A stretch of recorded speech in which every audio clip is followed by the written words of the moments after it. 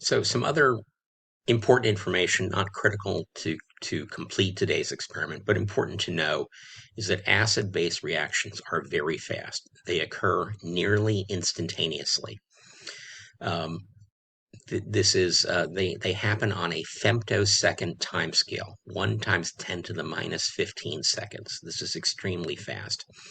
It wasn't until the our technology allowed us to produce lasers that we could study reactions that occurred on this time scale, because this is so quick. In practice, the actual time scale of acid-base reactions may stretch into the microsecond timescale range, 1 times 10 to the minus 6, because these reactions will be diffusion controlled. So these ions are in solution, and in dilute solutions, they have to find each other.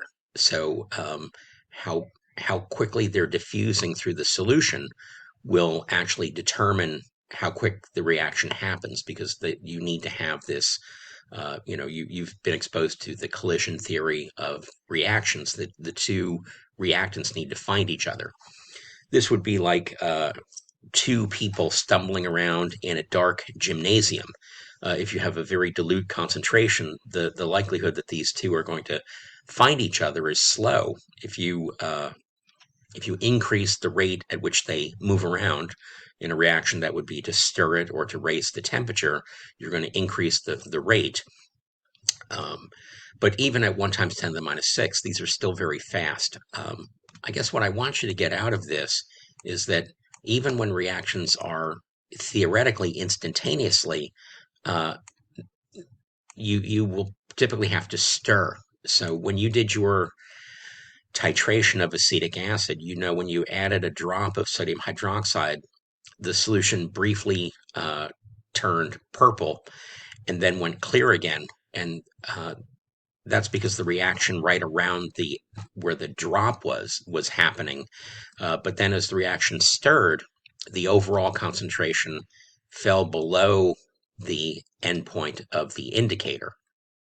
So anyway, the other point to get out of this is that when we're looking at acid-base reactions, we're really only interested in the equilibrium concentration. Um, what's happening in those instantaneous moments, that's really interesting chemistry, but that's upper level, graduate level, research level chemistry.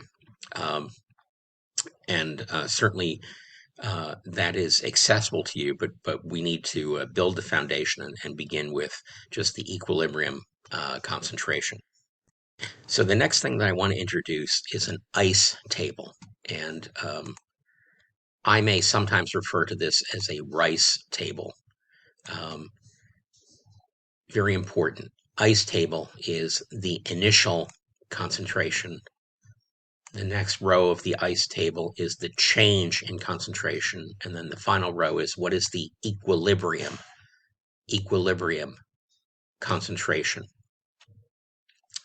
So an ice table is a helpful tool for determining the concentration of a species when a shift in equilibrium has occurred. The R in rice is in when I say rice is for reaction, and you can think of this either as ice or rice. But what you need to know is that you must have a balanced chemical equation. Otherwise, you can't calculate the change. You need to know what the mole ratio is in any change that's happening.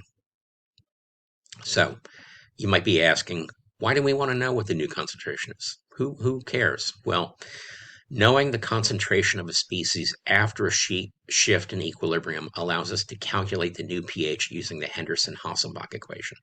So back when I was saying that we could use acetic acid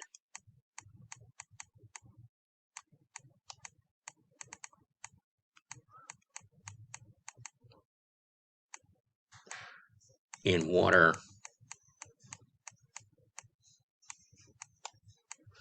with some strong base to form a buffer,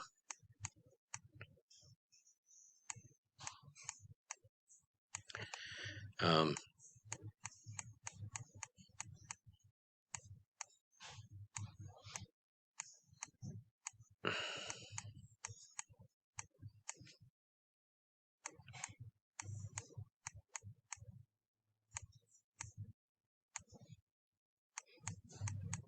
just to be complete.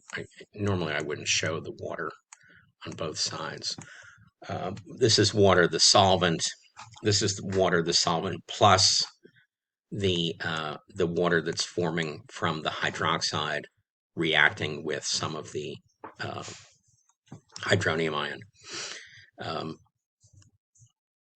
So when we make a buffer this way, we are we can think of it as establishing an equilibrium with the acetic acid and then affecting a change by the addition of the sodium hydroxide to give us a new equilibrium concentration. So this is where this is one of the places where an ice table is valuable.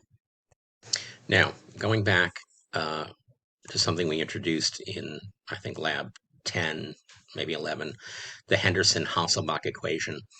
The pH is equal to the pKa plus the log of the conjugate base concentration over the acid concentration. And again, I'm using these generic terms for today's lab.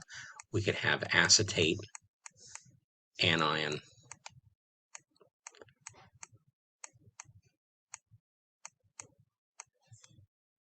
in fact, we will have this over acetic acid.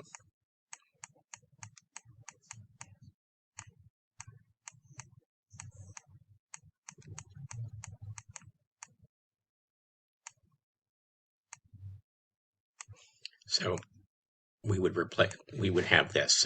So this term, A minus over HA, is just a generic placeholder for any conjugate base and any acid. And then we have the specific example of acetate over acetic acid. I'm repeating this quite a lot because I've found that some people are confused by this generic expression here. So I want to try to eliminate that point of confusion. So we know from our titration experiment that there is, well, actually, let me review something. When I went over this last time, I said at the midpoint, we've added enough titrant that half of the analyte has been neutralized. So the concentration of acid in solution is equal to the concentration of base in solution. So HA equals A, and then that means that this expression, this ratio, is 1.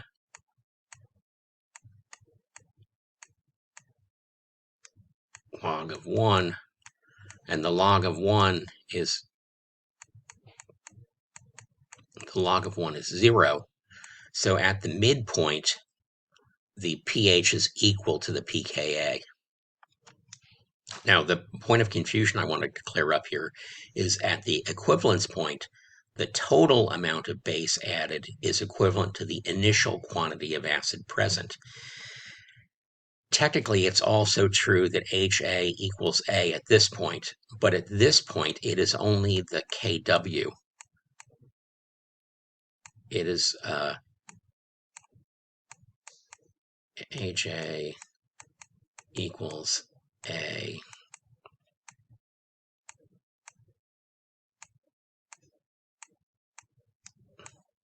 equals 1 times 10 to the minus 7. Because all of the acid has been consumed and there is no excess base yet. So this is a neutral solution.